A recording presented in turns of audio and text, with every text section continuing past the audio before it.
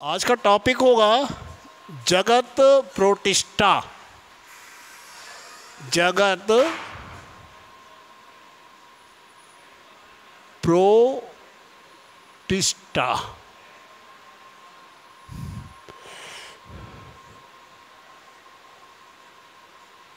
प्रोटिष्ठा इसमें प्रोटिष्ठा जगत में अपने को पढ़ाई करनी है। तो प्रोटिष्ठा जगत में जब अपने को पढ़ना है तो इसमें एक बात का ध्यान रखना होगा कि इसमें एक कोशिकीय जीवधारियों की का अध्ययन करते हैं हम। किसके? एक कोशिकीय जीवधारियों का। पहली चीज़ ये प्रोटिष्ठा या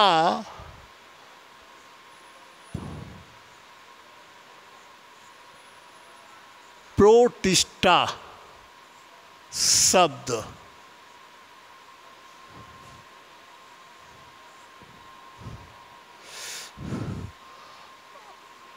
अर्नस्ट हैकल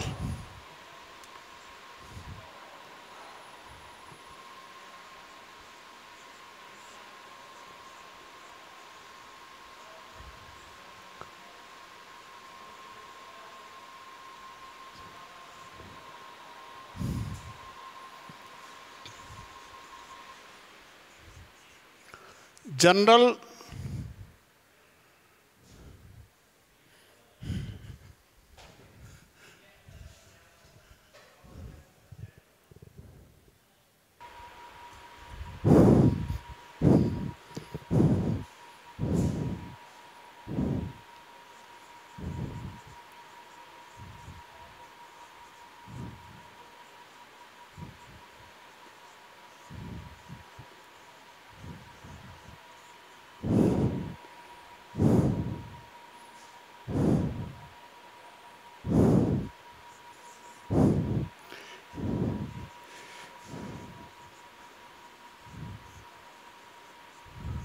ये एक कोशिकीय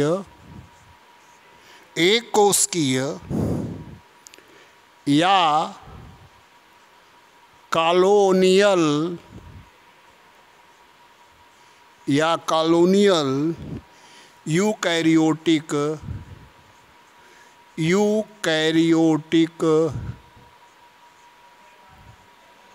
यूकैरियोटिक जीव हैं जो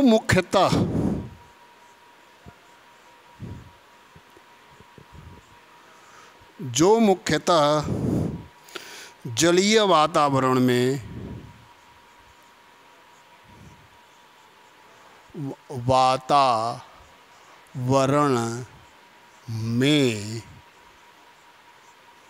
पाए जाते हैं।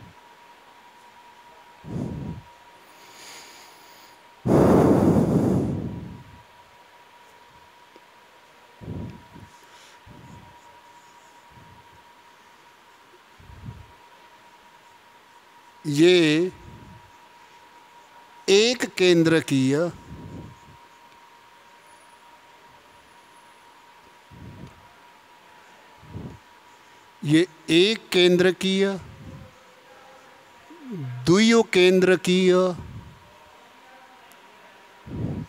द्विकेंद्रकीय अथवा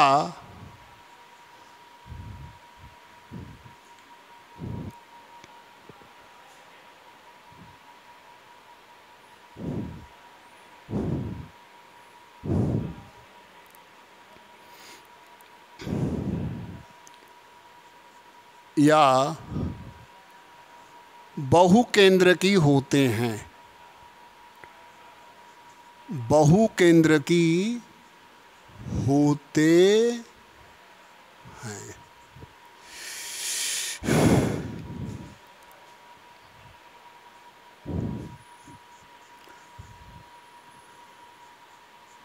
गमन कसाब द्वारा कसाब की इंग्लिश होती बेटा सीलिया। ये पढ़ते रहो, सीलिया या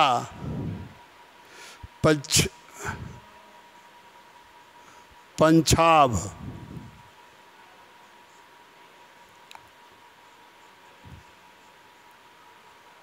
पंछाभ, फ्लैजीला, कूटपाद, स्यूडोपोडिया, स्यूडोपोडिया,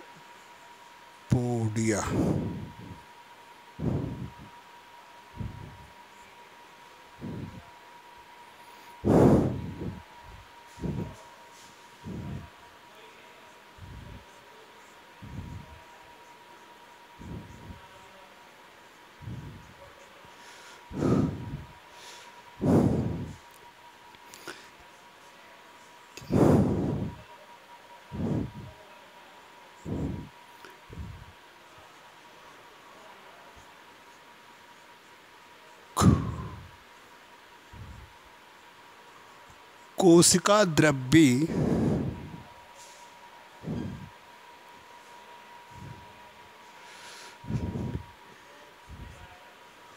प्रवाह गति होती है। मतलब जो साइटोप्लाज्म होता है उसमें गति होती रहती है। कोशिका भित्ति,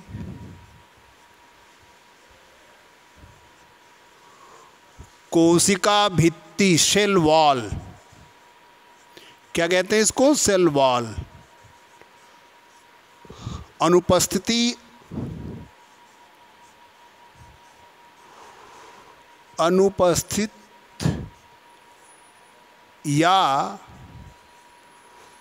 उपस्थित होते हैं। अनुपस्थित होते हैं किसमें? आपके जितने भी ये फोटोसिंथेटिक मतलब प्रकाश संश्लेषी जो प्रोटिस्ट होते हैं उनमें ये उपस्थित होते हैं। लेकिन जितने भी ये जो प्रोटिस्ट होते हैं यानी जीवदाल जैसे अमीबा वगैरह हो गया, इनमें जो है कोशिका भित्ति अनुपस्थित होती है। लेकिन डायएटम्स, डायनोफ्लैजिलेट, इनमें जो होती है वो कोशिका भित्ति प्रेजेंट होती है। ठीक है। अब इसके बाद का पॉइंट हम लोग क्या करेंगे? आ जाइए।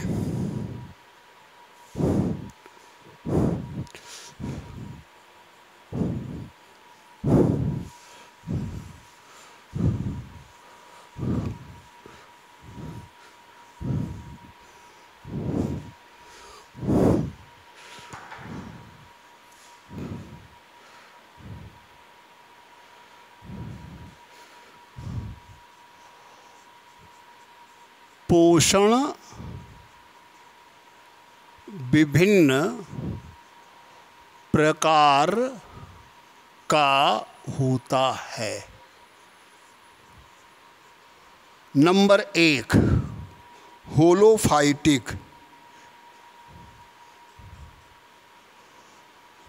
प्रकाश संश्लेषी,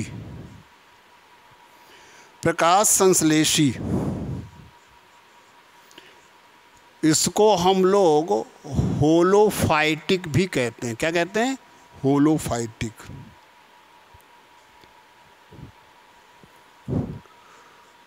दूसरा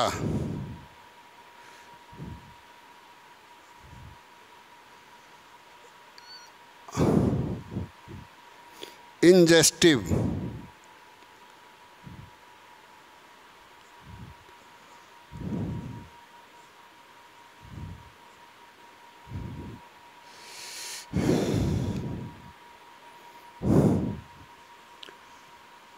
इंजेस्टिव,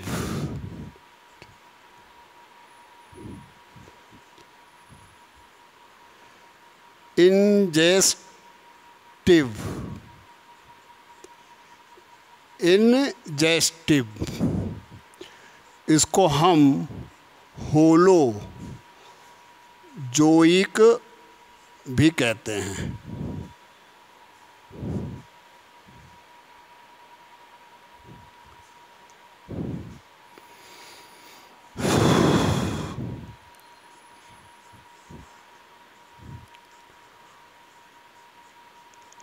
अवशोषी, ये दो प्रकार के होते हैं, परजीवी और मृतोपजीवी।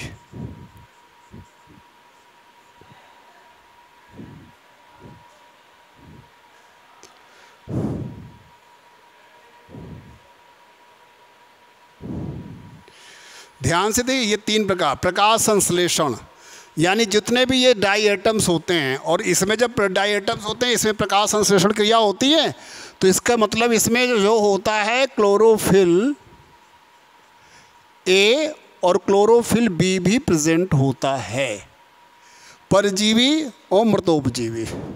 ये दो तीन पॉइंट आपके दिए गए हैं। यहाँ पर इंजेस्टिव का मतलब जो इनटेक करते हैं, अंतर्ग्रहणी पोषण।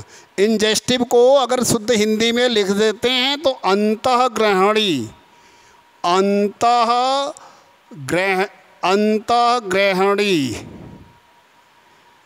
पोषण, अंतःग्रहणी पोषण कहलाता है इंजेस्टिव या होलोजोइक।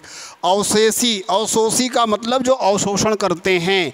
जितने भी मृतोपजीवी होते हैं वो सड़े गले या मृतोपजीवी वो कहलाते हैं जो सड़े गले व मृत पादप या जंतुओं से अपना भोजन प्राप्त करते हैं, उन्हें मृतोपजीवी कहते हैं। परजीवी वह कहलाते हैं जो दूसरे जीवित जीवधारियों से अपना भोजन प्राप्त करते हैं और उनको नुकसान पहुंचाते हैं, उन्हें हम परजीवी कहते हैं। ये पॉइंट समझ में आ गया कि ये पोषण की प्रकार की विधि, कितने प्रकार का पोषण इनमें प्रोटिस्टा में पाया जाता है। ये सारे पॉइंट्स हम एक एक करके लिखते जाएंगे जब और डिस्क्राइब करेंगे तो वहाँ पर और अच्छे से समझ में आएगा। प्रकाश संश्लेषण होलोफाइटिक यानी प्रकाश संश्लेषण क्रिया इनमें हो रही है, और जब इनमें प्रकाश संश्लेषण क्रिया हो रही है तो इसके लिए इनको क्लोरोफिल तो चाहिए ना। अब जब इनको क्लोरोफिल चाहिए और इसमें क्लोरोफिल ए और क्लोरोफिल दोनों पाया जाता है। इसके बाद संचित भोज्य पदार्थ, क्योंकि जब देखिए एक चीज़ और भी है, संचित भोज्य पदार्थ जितने में भी प्रकाश संश्लेषण की क्रिया होती है उनमें संचित भोज्य पदार्थ ग्लूकोज यानी मंड होता है, जिसको हम स्टार्च कहते हैं। मंड की स्टार्च। इसके बाद ग्लाइकोजन कहते हैं। ग्लाइकोजन के साथ पैरामाइलान,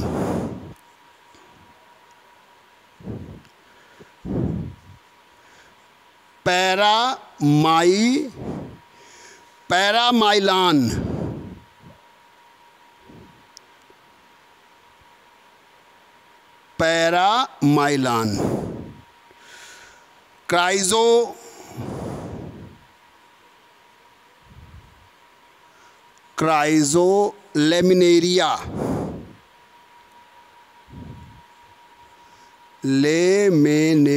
लेमेनेरिन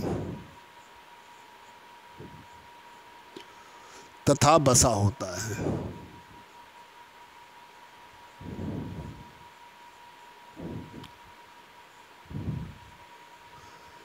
आगे पॉइंट, इसके बाद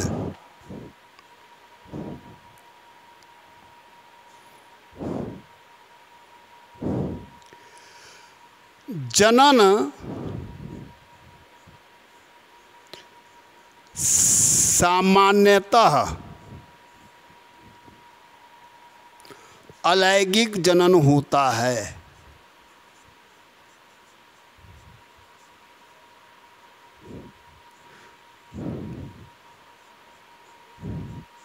अलैंगिक जनन को असेक्सुअल, जिसमें क्या होता है, या तो शरीर के दो टुकड़े हो जाएं, क्या हो जाएं, या शरीर के दो टुकड़े हो जाएं।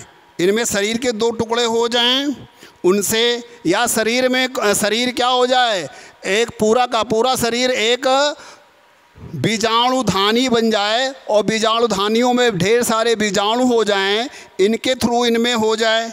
या तो प्लाज्मोटोमी के द्वारा हो जाए, इसमें एग्जाम्पल जनन सामान्य होता है, जो कि द्विखंडन का मतलब समझ रहे हैं, दो हिस्सों में बॉडी का टूट जाना, द्विखंडन, इसी को हम कहते हैं बाइनरी फिजन। बेटा थोड़ा सा टर्मिनोलॉजी आप लोग इंग्लिश वाली भी पढ़ते रहो, जरूरी है, बाद में आसानी रहेगी। Binary fission. फिर आता है बडिंग, मुकुलन। मुकुलन समझते हैं, मुकुलन के द्वारा जिसको हम बडिंग कहते हैं, क्या कहते हैं, इनको हम बडिंग कहते हैं।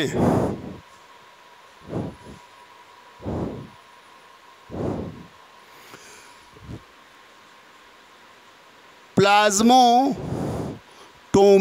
क्या होता है, प्लाज्मोटोमी। प्लाज्मोटोमी के बाद बीजाणु जनन,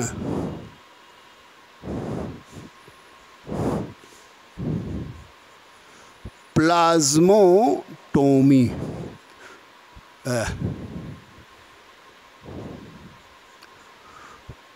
प्लाज्मोटोमी, प्लाज्मोटोमी, बीजाणु जनन, बीजाणु जनन, बीजाणु जनन।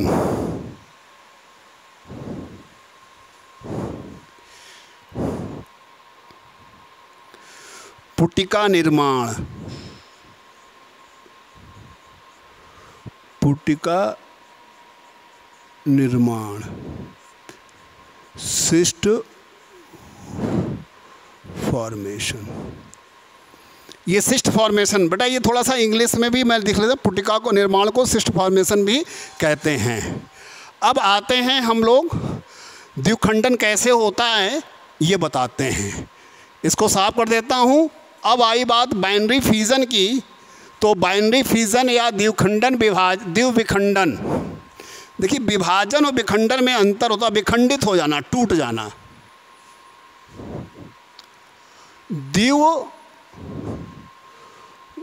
द्विविखंडन,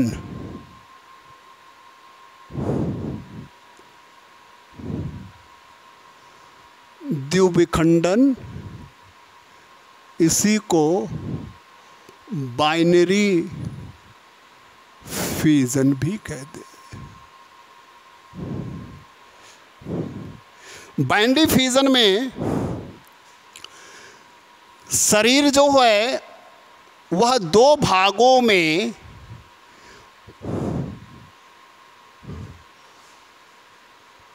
प्रायः अनुकूल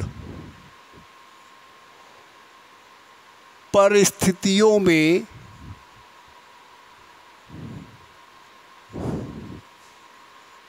होता है।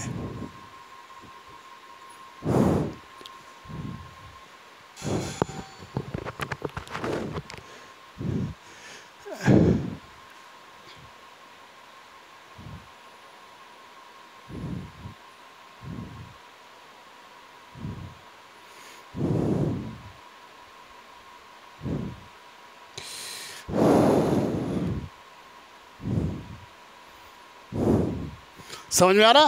प्राय अनुकूल परिस्थितियों में होता है, और इनकी अनुकूल परिस्थितियां तब होंगी जब पानी होगा।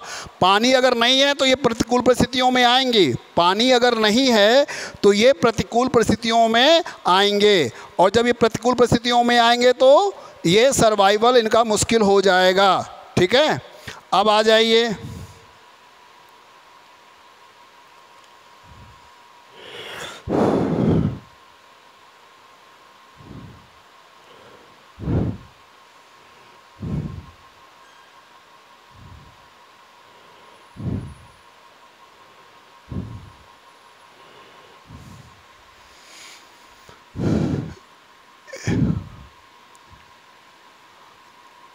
अनियमित द्विविखंडन, इसे कहते हैं अनुदैर्ध्य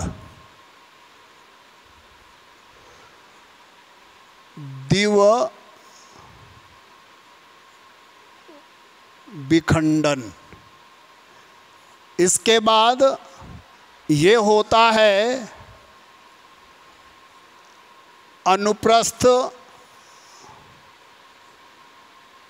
द्विविखंडन।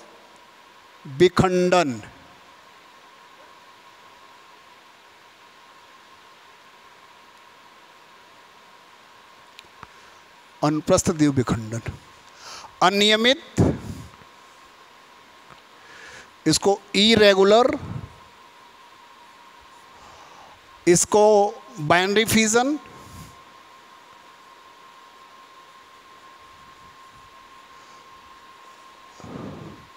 इसको इरेगुलर बाइनरी फिजन। अनुदैर्ध्य को कहते हैं हम longitudinal binary fission, binary fission. और अनुप्रस्थ को कहते हैं transverse binary, transverse binary fission. ये देखिएगा, इसके एग्जाम्पल बता दे रहा हूँ। ये मोस्टली अनुकूल परिस्थितियों में होता है। अब इसके एग्जाम्पल देखिए। इसका एग्जाम्पल होता है अमीबा। इसका एग्जाम्पल है अमीबा। इसका उदाहरण है अमीबा। इसका उदाहरण क्या होगा? यूग्लिना। और इसका उदाहरण है पैरामीशियम। इसका उदाहरण पैरामीशियम। होता क्या है, इसको अनियमित विखंडन इसलिए कहते हैं कि अमीबा का स्ट्रक्चर जो होता है वह अनियमित आकार का होता है। तो इनमें द्विविखंडन कहीं से भी हो जाता है, बशर्ते शर्त ये होनी चाहिए कि वह द्विविखंडन चाहे जहाँ से भी हो, लेकिन केंद्रक को भी काटे, यानी दोनों हिस्सों में केंद्रक के पदार्थ का होना अनिवार्य है। इसलिए इसे हम कहते हैं अनियमित। और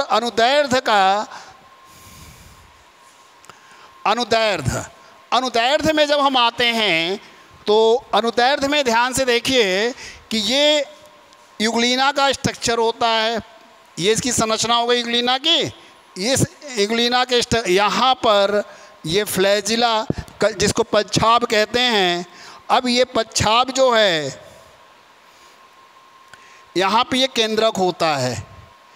ये ऐसे दो हिस्सों में बट जाते हैं। थोड़ा सा केंद्रक इधर से आया और ये दो हिस्सों में बट जाते हैं। एक एक पच्छाब अलग अलग दिशा में एक एक हिस्से में चला जाता है। और उसके बाद ये जो बनते हैं ये दो इसके बाद पैरामीशियम में आइए। पैरामीशियम का स्ट्रक्चर आप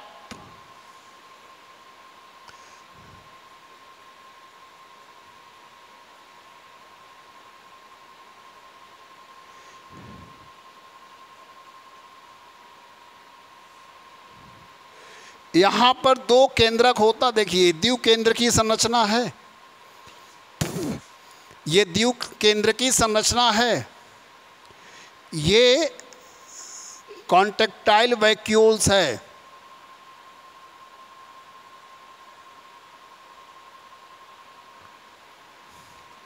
इनमें यह केंद्रक दो हिस्सों में बट करके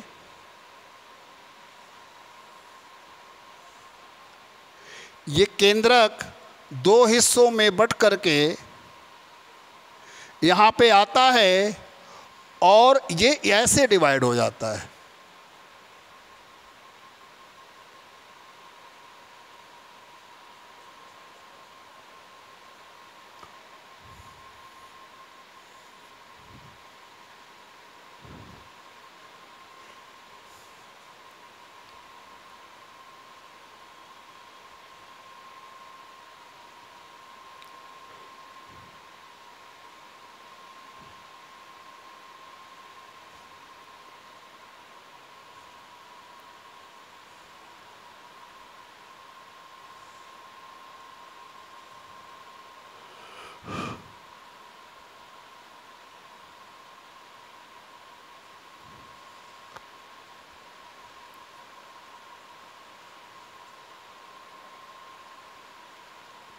देखिए अनुप्रस्थ काट से ये दो हुए, तो इस टाइप के ये अनुदैर्ध्य द्विखंडन हो गया। अब इस पोरुलेशन में क्या हुआ, एक बीजाणु बन जाना और बीजाणुधानी। प्लाज्मोटॉमी में ये हो गया। इसके बाद हम आ जाते हैं प्लाज्मोटॉमी। प्लाज्मोटॉमी प्लाज्मोटॉमी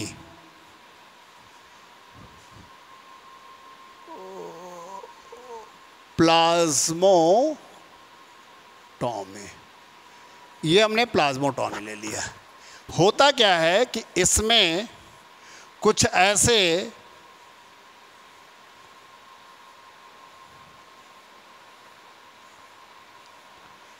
ये एक मल्टी न्यूक्लियर स्ट्रक्चर होता है। ये मल्टी न्यूक्लियर स्ट्रक्चर चार चार के, जैसे इसमें 12 न्यूक्लियस है ना, तो देखा हुआ इसमें 4-4 के न्यूक्लियस में ये अपने को सेपरेट बटोर लिए। अब ये स्पोर्स बन गए और ये रैप्चर्ड हो गए। तो ये बाद में जब निकले तो ये चारों के चारों एक मैच्योर 4 ऑर्गेनिज्म उतने ही न्यूक्लियस का जितना कि पेरेंट में था, 4, 5, 1, 2, 3, 4, 5, 6, 1, 2, 3, 4, 5, 8, 9, 10, 1, 2, 3, 4, 5, 8, 9। देखिए ये जितने पॉइंट आप यहाँ पढ़ रहे हो आपको 12th में भी पढ़ना पड़ेगा। रिप्रोडक्शन इन ऑर्गेनिज्म यानी जीवधारियों में प्रजनन का पहला चैप्टर जब 12th में आप जाएंगे तो फिर वहाँ पे ये पढ़ना पड़ेगा। अभी से पढ़ लेंगे तो 11th में भी थोड़ा सा कॉन्सेप्ट क्लियर रहेगा और 12th में आपको आसानी रहेगी। ये बात हमेशा याद रखिएगा, ठीक। अब जब इसको हम इस तरह से पढ़ लेते हैं तो ये प्लाज्मोटॉमी हो गया। स्पोरुलेशन यानी बीजाणु बनाना, बीजाणु में बीजाणु बना देना। अब इसके बाद की बात हम लोग क्या करते हैं, प्लाज्मोटॉमी, सेक्सुअल रिप्रोडक्शन की बात करते हैं हम लोग। सेक्सुअल रिप्रोडक्शन की बात करते हैं हम लोग। लैंगिक जनन, लैंगिक जनन में क्या होता है, लैंगिक जनन में एक पॉइंट हमेशा याद रखिए कि लैंगिक जनन में क्या होगा, युग्मक का निर्माण होगा। क्या होगा, युग्मक का निर्माण, यानी और जहाँ युग्मक होता है युग्मनज का निर्माण होगा। जहाँ युग्मक का निर्माण होगा और वह युग्मक आपस में संयुक्त होकर के युग्मनज का निर्माण करते हैं, उसी युग्मनज को जाइगोट कहा जाता है। लैंगिक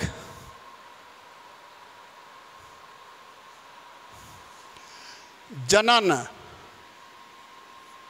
में अर्धसूत्री, जहाँ पर भी लैंगिक जनन होगा वहाँ अर्धसूत्री विभाजन जरूर होगा। ये पॉइंट नोट करने की बात है।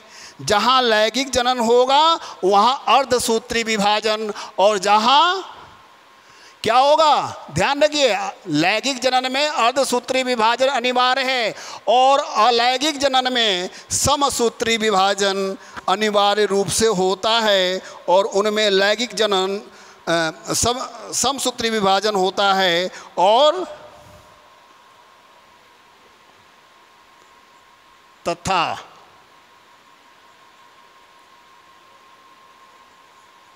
युग्म संलयन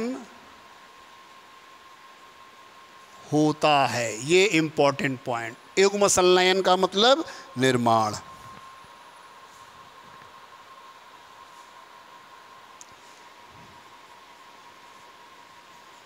कुछ जीव धारियों में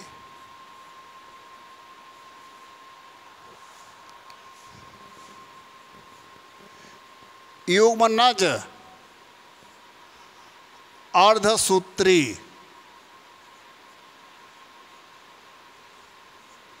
जिसको हम कह सकते हैं जाइगोटिक मियोसिस, जाइगोटिक मियोसिस,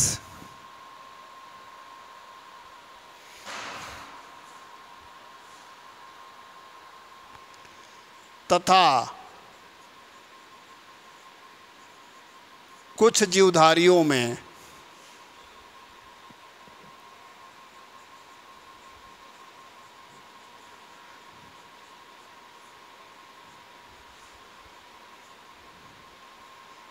युग्मक अर्धसूत्री विभाजन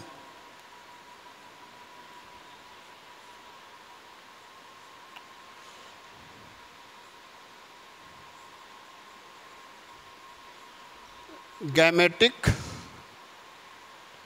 मियोसिस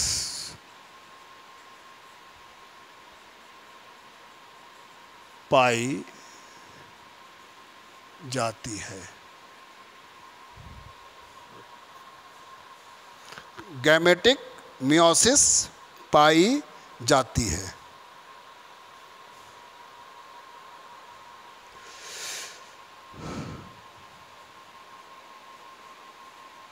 प्रोटिस्टा के जीवधारी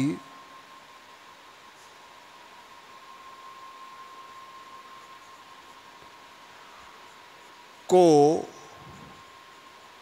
प्राकृतिक रूप से अमरत्व का वरदान प्राप्त होता है। अमृत का वरदान प्राकृतिक रूप से, इसमें क्योंकि प्राकृतिक रूप से हमने बोला, यहाँ पे प्राकृतिक रूप से हमने बोला है कि इसमें अमृत का वरदान प्राप्त होता है।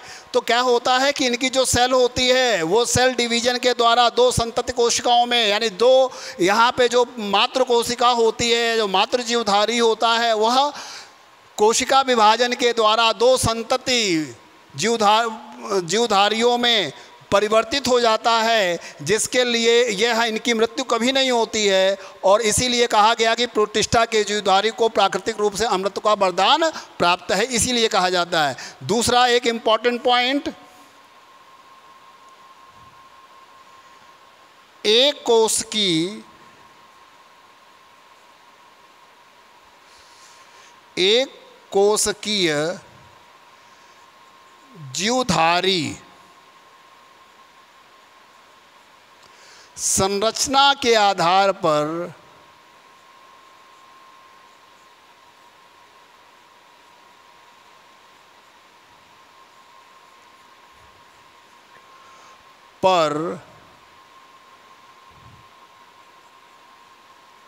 एक कोशिकी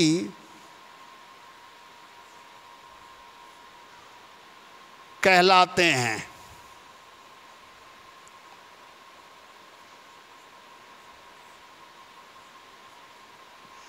किंतु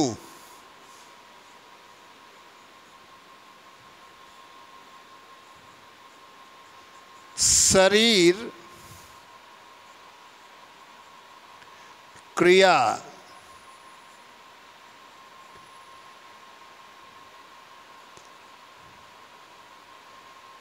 विज्ञान